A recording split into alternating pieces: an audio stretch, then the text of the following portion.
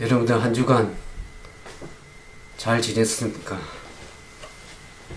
이제 상강도 지났습니다. 가을이 끝나는 그 상강도 지나고 이제는 겨울의 느낌을 조금씩 받고 있습니다. 저도 이게 목의 상태가 좀 안 좋아서 좀 고생을 했지만 지금은 이제 좀 상태가 나아졌습니다. 우리가 욥기서에서 이제 함께 연구하고 말씀을 나누는데, 오늘 이제 그 욥의 애가라고 하는 그 내용, 욥이 고통 가운데 어떻게 그 탄식하며 고통하는지를 그 욥을 통해서 배우면서 우리가 고통을 겪을 때 어떻게 믿음으로 승리할지, 또 우리가 이 주변에 고통당하는 사람들에게 어떻게 그들 잘 공감할 수 있을지를 오늘 우리가 배우기를 원합니다. 우리의 상황이 아무리 힘들고 우리 환경이 좋지 않다 하더라도, 또 우리가 아무리 극심한 고통과 고난 속에 있다 하더라도 우리가 이 하나님의 극진한 그 사랑을 우리가 알게 된다면 그 고통을 우리가 잘 견딜 수 있습니다. 근데 우리가 욥기서를 배우면서 계속 끊임없는 질문을 한다 그랬죠. 왜 하나님께서 이 고통을 계속 존재하게 하시는가? 왜 나에게는 고통이 이르러 오는가 하는 것을 끊임없는 질문을 하는데, 우리가 하나님의 능력에 기대면, 그분의 능력만을 자꾸 찾으면 하나님이 부재하고 잘 안 보이는 수가 있습니다.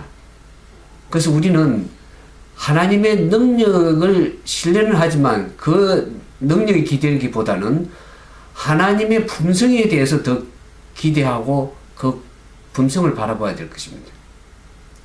하나님의 품성은 어떻습니까? 하나님은 우리를 먼저 사랑하셔서 우리가 죄인 되었을 때 우리를 사랑하셨습니다.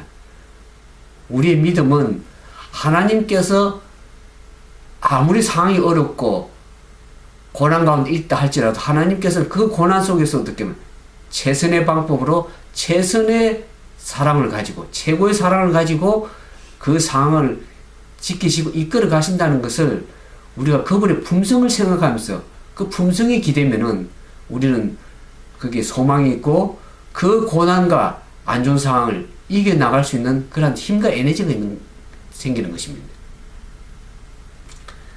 우리는 욥보다 유리한 고지에 있습니다.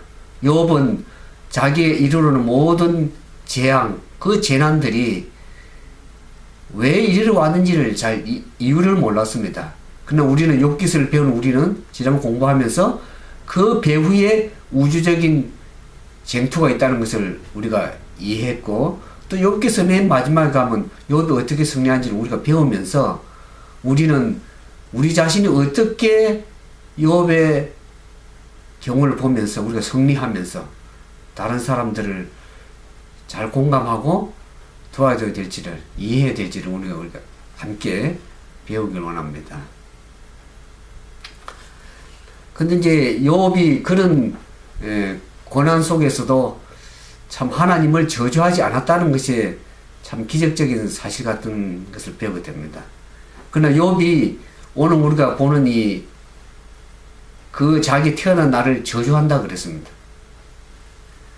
그 고통을 이제 인내하면서 계속해서 하나님을 저주 않고 찬양만 했다면 욥은 사람이 아닙니다. 그도 육신을 가진, 감정을 가진 사람이었기 때문에 슬퍼할 줄 알고 단식할 줄을 압니다. 그래서 오늘 우리가 보면은 욥기 2장 13절에 보면은 욥이 밤낮 7일 동안 침묵하고 있었다 그랬습니다.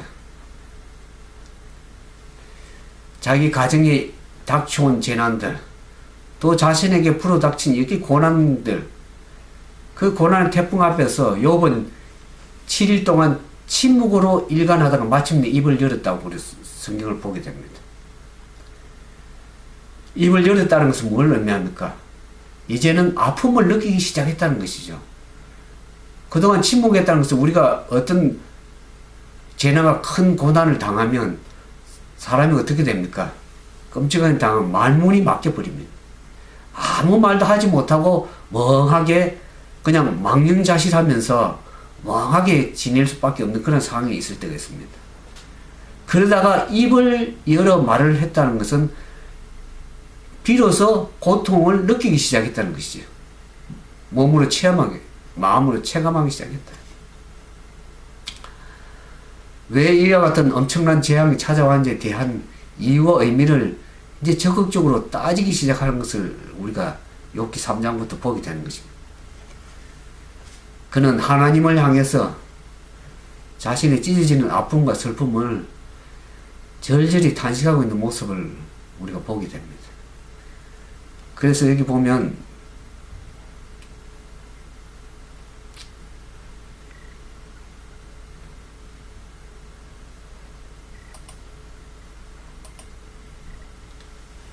여기 욥기 3장 1절에 그 후에 욥이 입을 열어 자기 생일을 저주하니라 그랬습니다. 그 날이 없었더라면 생일은 자기가 태어난 날, 삶을 시작하는 날인데 욥은 그 날을, 그 자기가 태어난 날에 대해서, 잉태한 날에 대한 것을 저주하고 있습니다. 차라리 태어난 날이 차라리 사라져 버렸더라면, 자신의 태어난 날, 잉태된 그 밤이 차라리 없었더라면 더 좋을 것이라고 얘기를 하고 있습니다.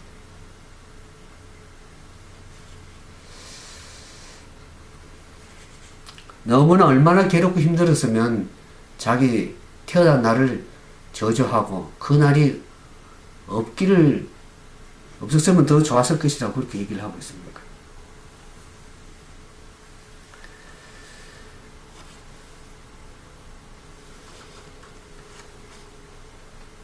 오늘 우리가 이 고대 그리스도인들은 여기 나옵니다. 죽음 외에 우리에게 일어날 수 있는 최고의 일은 아예 태어나지 않는 것이라고 말했다. 그래서 삶이 너무 불행할 수 있으니 차라리 태어나지 않았으면 더 좋았을 것이라는 뜻이죠. 이 타락된 세상에서 고난 가운데서 인간의 삶에 찾아오는 불가피한 괴로움을 차라리 모면하고 싶은 그런 심정으로 그렇게 하는 말이라고 생각이 들어요.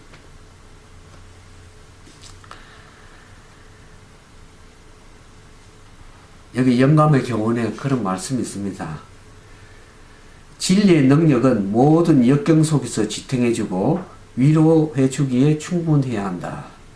그리스도교 신앙이 그 참 가치를 드러내는 것은 그 신앙의 소유자로 하여금 환난을 극복할 수 있게 해주는 데 있는 것이다. 그래서 우리가 그리스도를 믿는 참된 가치는 그런 어려움이 있을 때 그 환경을, 그 고난을 극복할 수 있는 그런 힘이 된다는 것이죠. 그것은 식욕과 정욕과 감정이 이성과 양심의 지배 아래 놓이고 사상이 건전한 통로를 통하여 흐르도록 훈련시켜준다. 그렇게 되면 혀는 제약적인 불평을 바람으로 하나님을 모독되게 하지 않을 것이다. 우리의 신앙이 우리의 감정과 우리의 삶을 잘 조절해 주어서 건전한 사상을 가지고 하나님께 입술로서 범죄치 않고 불평하지 않고 하나님을 모독하지 않는 그러한 그리스도의 참된 모습을 살아갈 수 있도록 신앙은 우리에게 참된 가치를 부여해 준다는 것을 우리가 배우게 됩니다. 우리가 아무리 고통이 심하고 힘들다 할지라도 우리는 그 하나님께서 우리를 향한 그 사랑을 우리는 포기하지 말아야 됩니다. 제 주변에 보니까 때로는 삶을 포기하는 사람들이 우리가 보게 되죠. 그들이 왜 포기를 합니까? 살 소망을 잃어버리기 때문에 그렇습니다. 물론 우리는 우리를 지극히 사랑하시는, 그래서 당신의 아들 독생자 예수까지라도 우리 죄를 위해서 내어주신 그분의 사랑을 생각할 때 우리는 살 소망이, 우리가 살아야 될 이유가 우리가 반드시 있는 것입니다.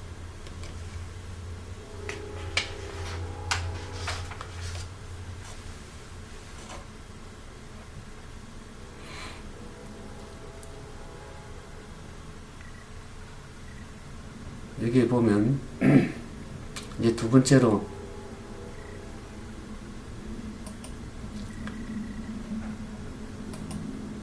욥은 어떤 탄식을 하고 있습니까? 여기 보면 욥기 3장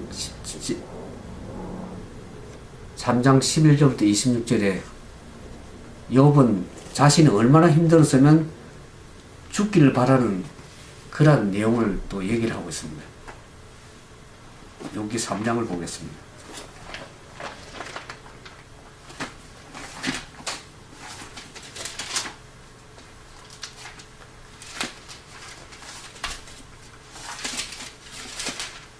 욥기 3장 11절부터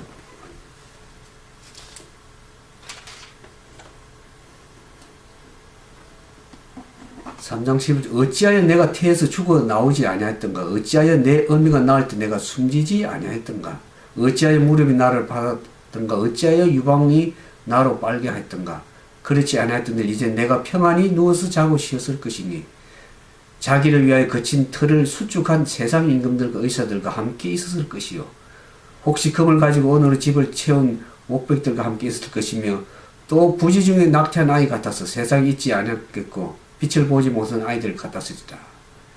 거기서는 악한 자가 소유를 거치며 거기서는 곤배한 자가 평강을 얻으며 거기서는 갇힌 자가 다 함께 평안히 있어 감독자의 소리를 듣지 아니하며 거기서는 작은 자나 큰 자나 일반으로 있고 종이 상전에게 노인이라. 그는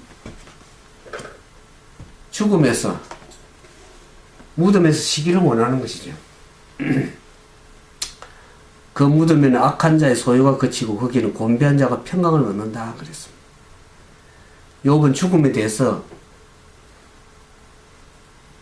어떻게 얘기를 하고 있는가?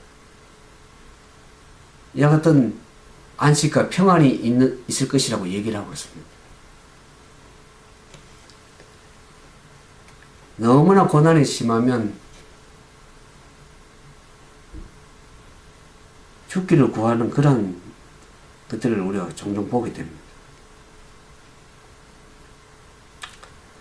우리가 죽음에 대해서 어떻게 주로 생각을 하고 있습니까? 보통 사람들이 죽은 이후에는 몸은 죽지만 영은 홀 살아서 천국으로 간다 이렇게 생각을 많이 하고 있죠. 근데 우리 전도서 9장 5절에 보면 어떻게 됩니까? 죽은 자는 아무것도 모른다 그랬습니다. 전도서 9장 5절에 보면 우리가 이 죽음에 대해서 조금 바르게 이해를 해야 됩니다.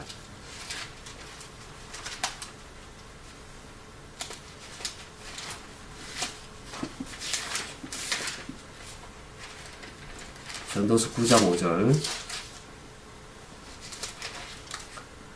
무릇 산 자는 죽을 줄을 알되 죽은 자는 아무것도 모르며 다시 상을 받지 못하는 것은 그 이름이 잊어버린 바 됨이라 그랬습니다. 아무것도 모르는 것입니다. 뭐 영영 혼이 날라서 어디 가고 그런 것이 아니고 우리가 전기진 스위치가 들어오면 불이 켜졌지만 스위치가 나가면 모든 것이 다 사라지는 것처럼 아무것도 없는 그런 존재입니다. 요한복음 1장 11절과 11장 11절에서 14절에 보면 예수님께서 나사로가 잠들었다 그랬습니다. 그 잠든 것을 예수님께서는 죽었다고 그랬죠. 잠자는 상태는, 우리 잠자는 상태는 아무것도 모릅니다. 그러나 그것이 분명히 깨어날 때가 있죠. 예수님의 재림 때에 그 무덤에서 부활한 날이 있을 것입니다. 여기 죽은 자의 상태에 대해서 이렇게 얘기를 하고 있습니다. 죽은 자의 상태에 대해서 성경이 뭐라고 기록되어 있는지에 대해 정확히 이해하는 것이 이 시대에 무엇보다 가장 기묘한 것이다. 하나님의 말씀 가운데 죽은 자는 아무것도 모르며 미워함과 사랑함이 꽃같이 없어진 지 오래되었다고 기록되어 있다. 우리는 권위 가르치기 위하여 확실한 예언의 말씀을 기초로 해야 한다. 말씀에 기초한 신앙을 가져야 됩니다. 어떤 목사가 얘기를 하고 어떤 교리가 가르치는 게 아니라 성경이 뭐라고 얘기하는지를 우리가 바르게 배울 때 성경에 기초한 말씀 위에 바른 신앙을 우리가 가질 수 있는 것입니다.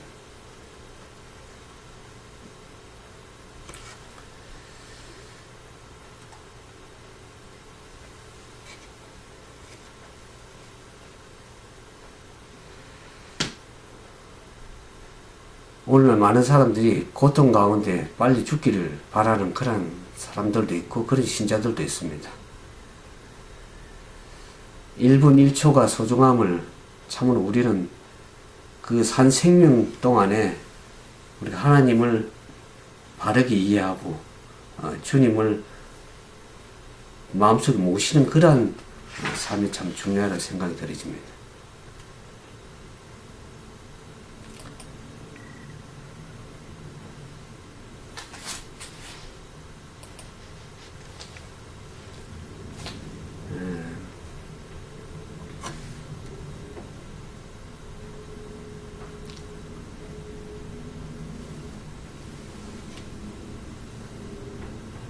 욥은 얼마나 고통이 심했으면 그 죽음의 세계로 도피하고 싶은 그런 심정을 가지고 있습니다. 그래서 그는 죽음을 어떻게 생각했는가? 절대 평등과 절대 안식이 있는 곳, 그와 같은 곳을 도피하고 싶은 마음이 절절히 배어 있는 것을 우리가 이 욥기서를 통해서 보게 됩니다. 우리는 이와 같은 고통, 가슴 아픈 일을 당한 사람들에게 어떻게 합니까? 어떻게 하는 것이 위로가 되겠습니까? 그 마음 아파서 고통 중에 울지 마세요. 고정하세요. 하는 것이 좋은 위로법이 아닐 수도 있습니다. 울고 싶을 때 마음껏 울도록 내어버리는 게 더 좋다는 얘기가 있습니다. 우리 감정을 절제해서 마음에 꼭꼭 쌓아두면 어떻습니까? 그것은 치유와 회복에 바람직하지 못합니다. 오히려 슬퍼할 때 울고 또 단식하고 하는 것, 그것은 오히려 치유가 되고 회복이 될 수가 있는 것입니다. 우리의 감정을 솔직하게 표현하는 것, 그래서 단식하고 슬퍼하는 것, 때로는 우리의 상황, 심령을 정화시키는 활력소가 된다, 그렇게 얘기를 하고 있습니다. 근데 우리가 그냥 계속 그리스도인이 슬퍼하고 울기만 한다는 것은 그것은 온당한 일이 아닙니다. 그래서 슬픔이 장기간 계속되어서 어떤 사람은 우울증까지 걸리는데 그렇게 된다 그러면 그것은 옳지 못한 일이죠.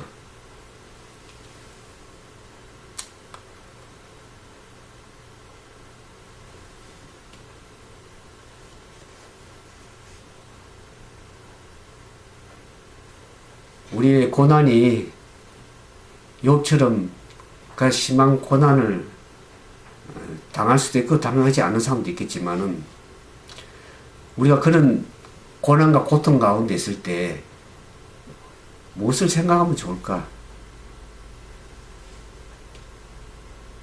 욥처럼 울부짖을 수도 있고 또 죽음의 세계를 동경하면서 현실을 부정하는 것, 그것도 우리가 인간적 차원에서 이해할 수가 있습니다.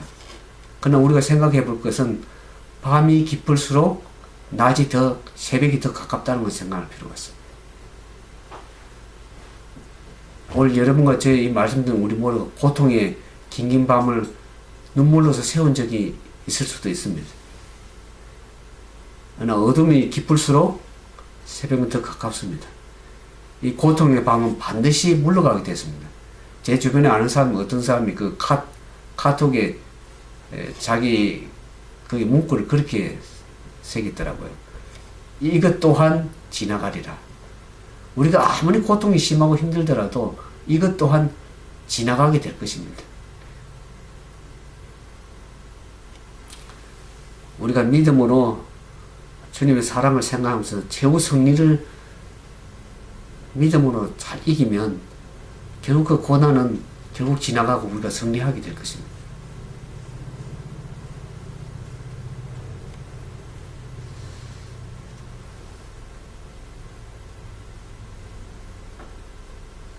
우리는 욥이 이어갔던 깊은 고난과 탄식과 울부짖음에 조금도 우리는 동요하지 않습니다. 왜냐하면 그가 결국에 승리했다는 것을 우리가 알기 때문에. 우리를 태어나게 하시고 하나님을 알게 하신 그분께서 그 십자가에 당신의 아들을 죽음까지 내어주신 그분의 그 사랑을 우리가 기억한다 그러면 우리의 고난의 밤은 결코 두려운 밤이 아닐 것입니다. 반드시 새벽이 찾아오고 주님이 우리에게 승리를 가져 주실 것을 우리는 믿을 수 있는 것입니다.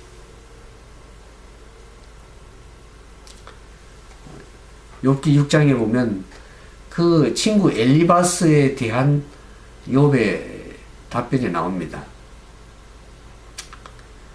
엘리바스에 대한 욥의 첫 번째 항변이 나오는데, 실제로는 그 엘리바스와 욥이 어떻게 하면 서로 대화를 번갈아 가면서 논쟁을 벌였을 것인데, 이 성경에 보면 이야기를 따로따로 묶어가지고 이렇게 극시화했다는 것을 우리가 알 수 있습니다.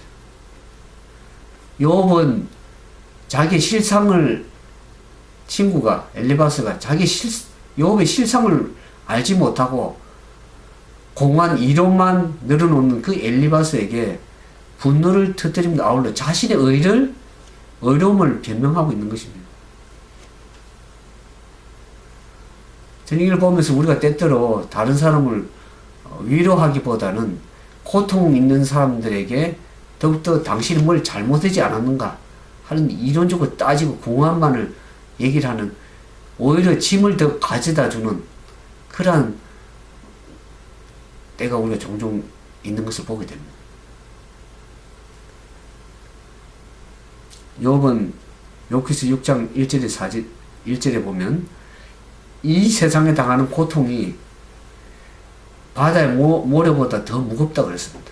자기 고통을 달아보면 바다의 모래보다 더 무거워서 그 힘든 고통을 표현을 했습니다. 화살이 몸에 박힌 듯하고 독을 마신 것 같으며 군대가 습격에 온 것 같다 하고 했습니다.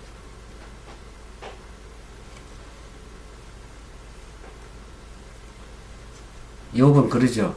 어떤 공경을 처한 그 사람을 책망하기 전에 그가 당한 고통의 무게를 달아보아야 한다는 것을 인간의 차원에서 반박하고 있는 것입니다. 그러면서 욥은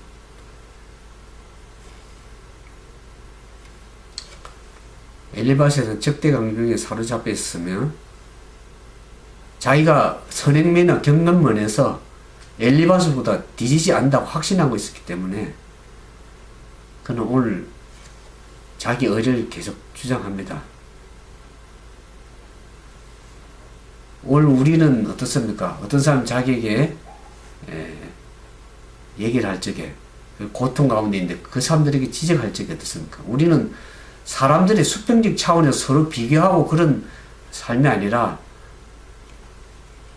저 사람보다 비교해서 내가 더 뭐가 월등히 낫다, 어렵다 이런 안도감을 누리기보다는 하나님과 나의 관계에서 어떤 관계 있는지를 그 관계를 바르게 세워야 될 것입니다.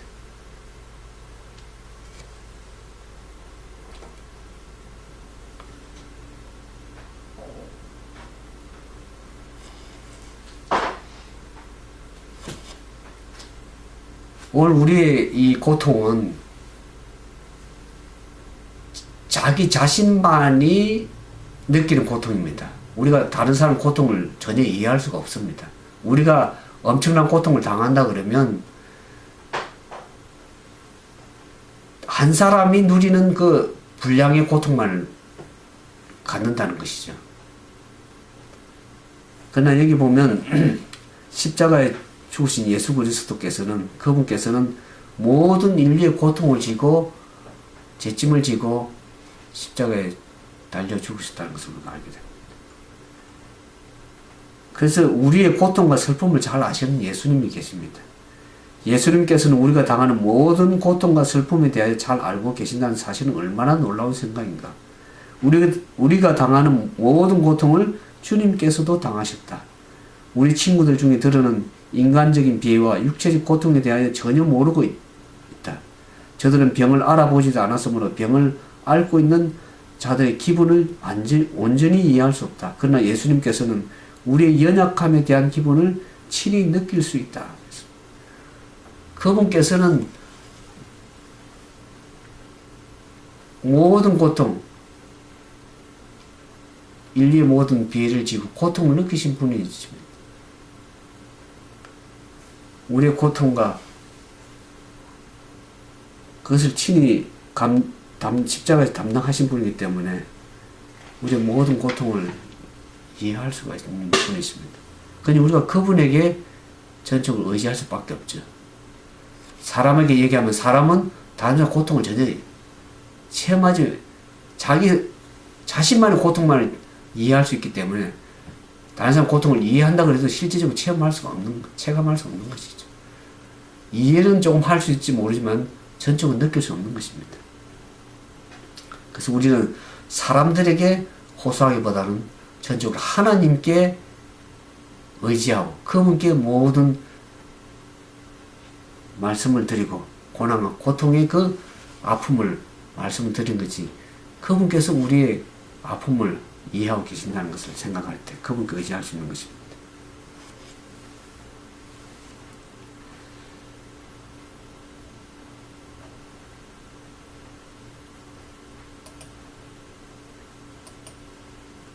다음 소리 보면 그 베텔의 북이라는 말씀에 대해서 함께 생각해 보기 원합니다.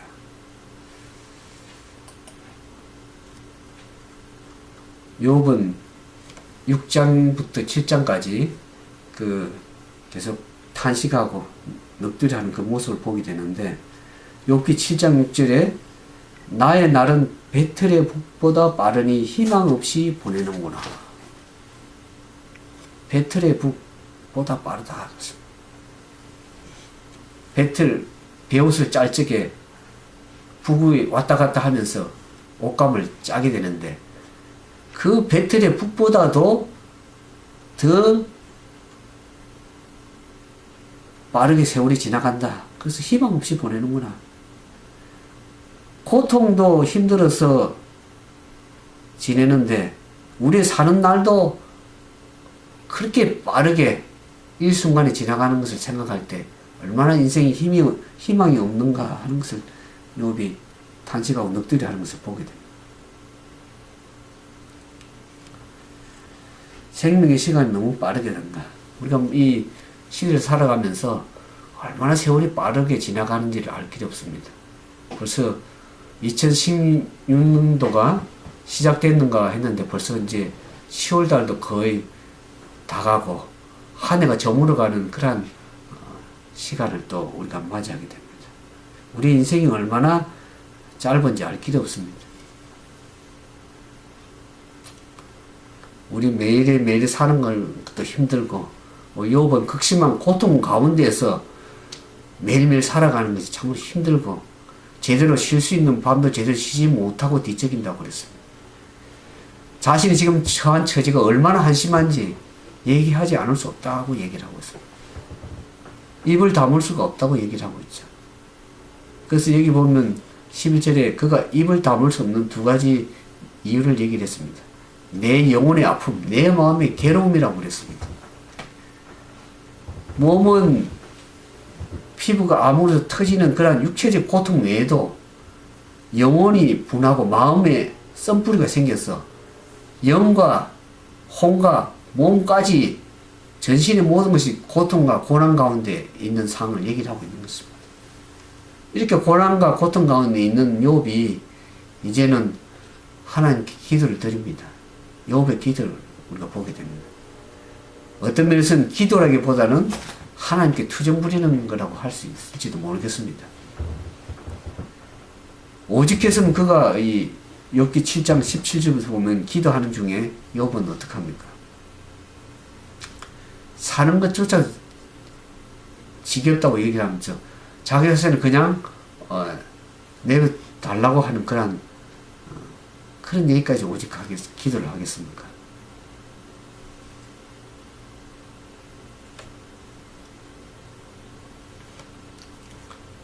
그러나 이 욥은 결국 주님께서 자기 자신을 찾을 것이라는 그런 소망과 확신을 가지고 있었습니다. 욥은 이런 극심한 고통 속에서도 견디고 버텨주는 힘이 거기에 있었다는 것을 알고 있습니다.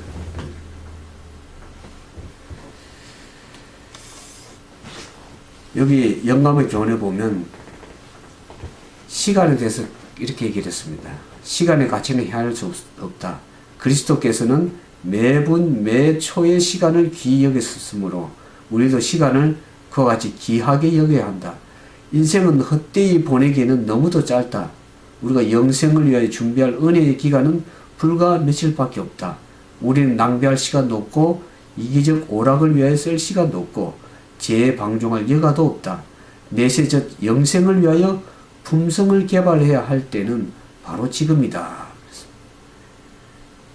우리가 매 순간 시간이 급하게 지나가는데 우리가 우리 내세를 위해서, 우리 구원을 위해서 품성을 준비하면서 시간을 값지게 보내야 될 것이다 생각을 영감의 교훈 얘기를 하고 있습니다.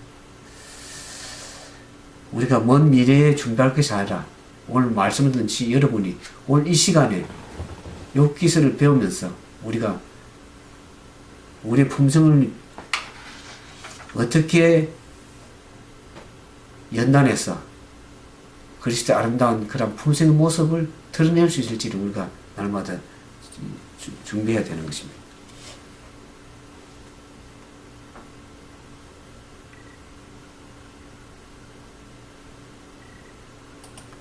이제 마지막으로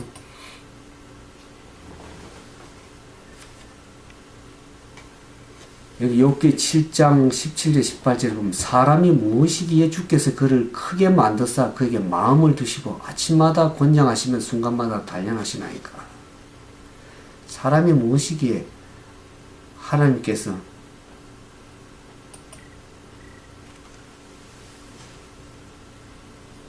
욥은 사실 친구들에게 이렇게 말하는 것이 아니고 하나님 앞에 우리 기도하고 있는 그 이야기를 보게 되죠. 욥기 7장 17절부터 21절에 보면 욥은 하나님 앞에 기도할 때 체면을 차리고 말을 하지 않습니다. 하나님 앞에 조금 괜찮다고 말하지도 않습니다. 너무 힘들고 죽을 것 같은 상황 속에서 어떻게 해야 될지 모르겠다고 솔직하고 정직하게 고백하고 있는 것입니다. 그것이 오늘 우리의 기도가 되어야 된다. 그렇게 생각이 들어집니다. 어떤 사람들은 하나님 앞에 기도할 때 어떻게 합니까? 가면을 쓰고 기도합니다. 하나님 앞에서 자기가 뭔가 있는 것처럼 뭐가 있어야 되는 것처럼 그렇게 가면을 쓰고 기도하기도 하고 또 사람들의 눈치를 보면서 다른 사람 내 기도를 듣고서 어떻게 생각할지를 의식하면서 우리가 종종 기도할 때가 있습니다. 그러다 보니까 자기 자신의 내면을 솔직하게 드러내어서 기도하지 못하고 여전히 무엇인가 하고 있는 것처럼 하나님 자신이 좀 괜찮은 사람처럼 그렇게 기도하고 있는 모습을 우리가 보게 되는 것입니다. 욥은 자기 자신을 온전히 하나님 앞에 드러내고 기도를 합니다. 하나님 왜 사람에게 마음을 두시고 왜 하나님은 사람을 감찰하고 계시는 것입니까? 욥은 사람에게 할 수 없지만 하나님 앞에 자신이 가지고 있는 그 솔직한 얘기를 마음을 터놓고 얘기를 합니다. 하나님 왜 보잘것없고 쓸모없는 이 사람들을 감찰하고 계십니까? 욥기 7장에 보면 욥이 하나님께서 솔직하게 기도하는 모습이 나오죠. 한번 살펴보죠. 욥기 7장 17절부터 사람이 무엇이간데 주께서 크게 여기사 그에게 마음을 두시고 아침마다 권징하시며 분초마다 시험하시나이까. 주께서 내게서 눈을 돌이키지 아니하시며 나의 침 삼킬 동안도 나를 놓지 아니하시기를 어느 때 하시리까? 사람을 감찰하신 자에 내가 범죄하였던데 주께 무슨 해가 되오리까? 어찌하여 나로 간역을 삼으셔서 스스로 무거운 짐이 되게 하셨나이까? 주께서 어찌하여 내 허물을 사하여 주시 아니하시면 내 죄악을 제하여 버리지 아니하시나이까? 내가 이제 흙에 누우리니 주께서 나를 부지런히 찾으시라도 내가 잊지 아니하리다. 이 말씀을 들으면, 이 욥의 기도를 들으면 믿음이 없는 것처럼 보입니다. 하나님을 이야기하면서도 여전히 제 가운데 하나님 앞에 원망하고 불평하는 것처럼 보일 수가 있습니다. 그러나 욥의 가장 밑바닥에 가지고 있는 믿음이 있습니다. 이 기도에 보면 여전히 하나님께 자기를 지켜보고 계시고 여전히 마음에 두고 계신다는 것을 얘기를 하고 있는 것이죠. 비록 그가 힘들고 어려운 죄 가운데 있는 것이 보인다 할지라도 하나님께서는 그 죄 때문에 자기를 멀리하지 않으시고 여전히 마음에 두고 여전히 자기를 감찰하고 계신다는 그 확신의 믿음을 그 배경에 깔고 있는 것입니다. 우리는 모세의 기도와 바울의 기도, 예수님의 기도를 알 수가 있습니다. 모세가 어떻게 기도합니까? 자기 이름이 생명책에 지어질지라도 이스라엘 백성을 구원하길 원한다는 그런 기도를 드린 걸 보게 됩니다. 하나님께 자기에 대한 확신을 가졌죠. 자기의 생명책이 끊어진다 할지라도 하나님을 향한 자신의 확신 때문에, 아니 하나님이 자기를 잡고 있다는 그 확신 때문에 기꺼이 자신의 것을 내어 던질 수 있다는 것을 얘기를 하고 있습니다. 바울도 어떻습니까? 바울의 기도도 보면 하나님의 사랑이 끊어진다 할지라도 골육 지친들이 하나님 앞에 구원받기를 원한다고 기도하고 있습니다. 예수님은 어떻습니까? 하나님 어찌하여 나를 버리셨나이까 하는 그 원망과 탄성의 소리는 하나님이 끝까지 그 순간까지도 손을 놓지 않겠다는 그 확신 가운데 있다는 것을 얘기를 하는 것이죠.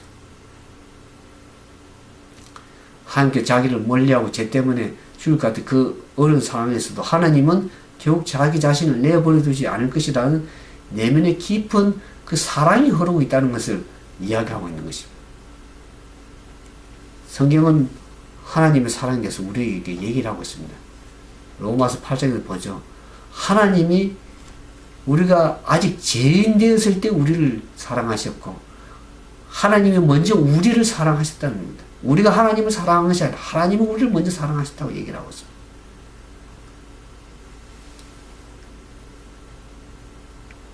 우리가 뭔가 잘해서 하나님께서 우리를 축복하시고 인도하시고 보호하신 보다는 우리가 이 믿음의 삶을 쭉 살아가다 보면 하나님께서 우리를 여전히 나를 먼저 사랑하시고 나를 지키시고 인도하신다는 것을 우리가 나중에 알게 됩니다.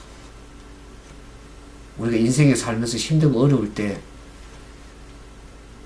사람이 무엇이기에 하나님께서 이렇게 우리를 인도하시고 보호하시는가를 생각하면서 우리는 힘들고 이런 고난 가운데 있을 때 하나님의 품성을 바라봐야 될 것입니다.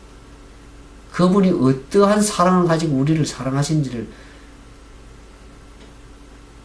그분의 능력을 바라보기 전에 그분의 사랑, 우리의 가장 최선의 것을 주기를 원하고 가장 좋은 것을 주기를 원하신다는 그분의 품성을 알게 되고 그 품성에 의지하다 보면 우리는 그분을 신뢰하고 의지하고 우리가 그분을 인내가 고난 가운데서 이길 수 있는 힘을 가질 수 있는 것입니다. 어떠한 상황, 어떠한 사건을 만나더라도 우리는 하나님의 그 사랑의 품성을 잊어버려서는 안 될 것입니다. 때로는 상황이 어렵게 보이고 하나님은 부재하게 보이지 않다 할지라도 여전히 하나님은 욥기서 얘기하는 것처럼 우리를 지켜보시고 우리를 감찰하시고 우리 곁에 계신다는 것을 우리가 생각하면서 그분의 사랑에서 떠나지 말아야 될 것입니다. 그분의 사랑을 잊지 말아야 될 것입니다. 오늘 우리는 때로는 힘들어서 욥처럼 투정하고 탄식하고 그렇게 할지 모르겠지만 여전히 하나님께서는 비천한 우리를 감찰하고 계신다는 것. 눈을 돌이키지 않고 떼지 않고 보신다는 그 하나님의 끊임없는 사랑, 그 아버지의 사랑을 생각할 때 우리는 하나님께 대한 사랑을 가지고 우리는 신뢰할 수 있는 것입니다. 우리는 우리 자녀들을 끊임없이 마음속에 생각하지 않습니까? 자녀가 잘 되기를 바라고 자녀가 고통 가운데 있을 때 같이 아파해 주는 것이 아버지의 마음입니다. 그래서 우리가 생각하면서 오늘 말로 표현할 수 없는 하나님의 사랑, 그 사랑이 오늘 우리가 이 고난 가운데 있는 우리들에게 위로가 되고 용기가 되고 격려가 된다고 생각하면서 우리가 다른 사람들에게 하나님의 그 사랑을 나눠줄 수 있는 그러한 고통받는 사람들이 나눌 수 있는 그러한 믿음의 사람들이 다 되기를 바라면서 오늘 이렇게 선공부를 마치도록 하겠습니다. 함께 기도하겠습니다. 우리를 이 땅에 태어나게 하시고 때로는 우리가 인생을 살아가면서 고난과 고통을 당한다 할지라도 그 가운데 여전히 우리를 지극히 사랑하시고 끊임없는 인내심을 가지고 우리 지키시고 우리 보호하시는 하나님이 계신 것에 인하여 감사를 드립니다. 그분의 사랑의 품성에 인하여 감사를 드립니다. 그래서 우리가 그 고난 가운데 연단되어서 정금같이 나오기를 원하시는 좋으신 아버지 하나님, 고통을 없어하기보다는 고난 가운데 아파하시고 그 고난 가운데 인내하고 승리하기를 원해서 늘 사랑으로 말씀으로 격려로 위로하시는 좋으신 하나님을 우리가 마음속에 두면서 눈에 보인다 할지라도 말씀을 의지해서 그분의 사랑의 품성을 의지해서 우리가 다시 한번 힘을 가지고 소망 가운데 살아가기를 원합니다. 우리의 상황이 어떠하든지 간에 하나님을 믿는 그 믿음, 그분의 사랑의 믿음을 잃어버리지 않도록 늘 우리에게 생각나게 하시고 성령께서 말씀해 주시기를 간구드립니다. 우리 지금 말씀 듣는 우리 모두에게 동일한 거룩한 성령의 은혜가 하나님의 사랑이 함께 역사하사 고난 가운데 승리하고 욥처럼 인내하고 승리해서 하나님께 영광이 되는 귀한 삶이 될 수 있도록 우리 인도해 주시옵기만을 우리를 죄 가운데서 구원하여 주신 우리 구주 예수님 이름으로 감사하며 간절히 기도드리옵나이다.